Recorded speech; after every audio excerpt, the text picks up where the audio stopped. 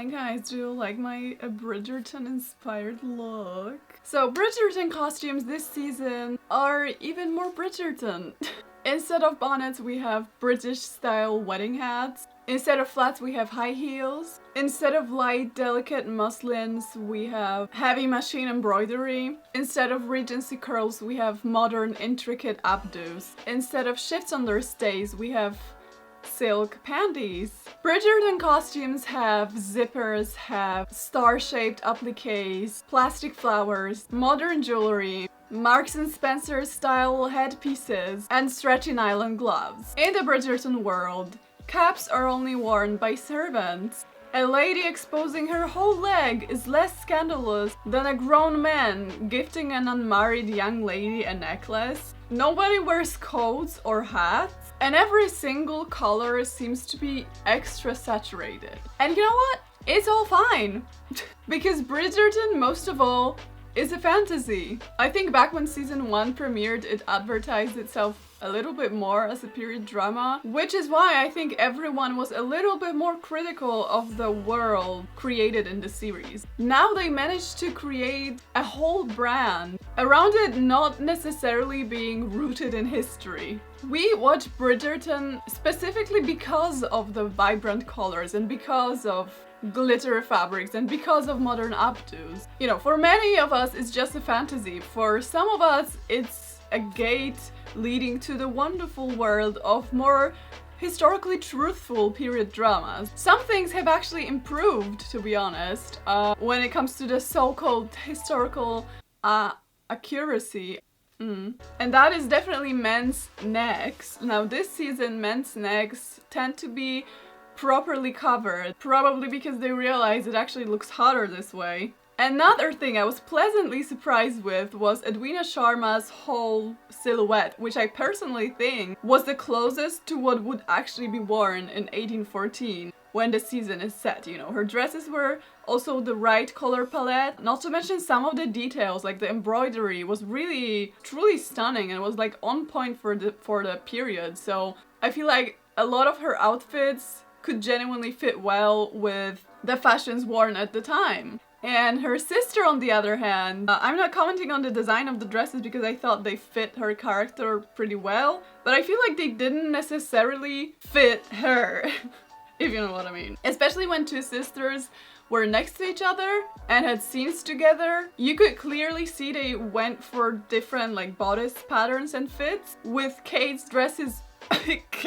what was that voice crack? With Kate's dresses being usually looser around the underbust,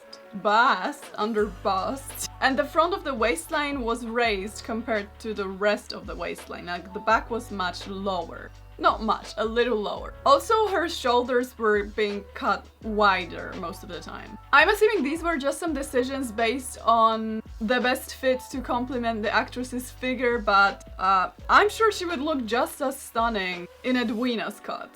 I'm also not a fan of both sisters' sleeves. Kate's weird, structured, rectangular style sleeves, and Edwina's butterfly sleeves, which were also sported by Lady Bridgerton and Eloise, I think. Generally speaking, historical inspirations seem to have withered a bit since last season. You know, the trademark styles that were already established last season, such as the Featherington style, Lady Bridgerton's outfits and color palette, Lady Dunbury's burgundy pelisses, they remained the same. But all in all, I feel like the costumes this season are much more detached from the fashions of the period. And you know what? Maybe it was for the better, because once the costumes didn't have to pretend to have anything to do with what was actually worn back in 1814, I could actually enjoy them for what they are. Lavish, sparkly, pretty, colorful dresses that are pleasant to the eye. If this was a review of their attempt at historical fashions, there would be a lot of face palms and probably some crying.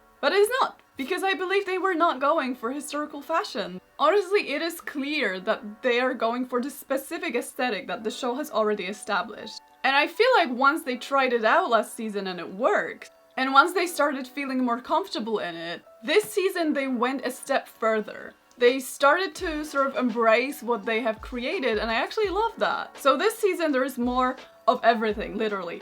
There is more glitter, there is more embroidery, tons of flowers, sparkly headpieces, ridiculous hairstyles, even more jewelry than it was in season 1. And jewelry is bigger, heavier and richer, and nobody cares that it's in the middle of the day. Hair is bigger too, dresses are more decorated, hats are more extravagant, clothes are more layered, color contrasts are more bold, and the shades of fabrics are even more intense. A good example of that strategy could be Queen Charlotte this season. While in season 1 it looked like they were still sort of going for the 18th century look, this season they're clearly going for a Queen Charlotte look. The wigs alone are like a constructional marvel, and I am also so sorry for the actress's neck. One more thing we need to address though is like, what the hell is wrong with the corsets in this show? Because there have again been reports of the lead actress not being able to eat in her corset, and the corset fracturing her arm. So my question is, for what? In one scene we clearly see that she's wearing like half stays underneath that don't even reach her waist. So I'm guessing she wore a more constrictive pair of stays under the dresses, and I just cannot understand why that was necessary. Her waist and torso clearly don't even show in the dresses, you know? And the shaping of the bust they achieved, quite honestly, it could have been achieved by a push-up bra as well. So my question is, why would you insist on actresses wearing what are clearly ill-fitted, tight-laced garments when it doesn't even show on screen? I just...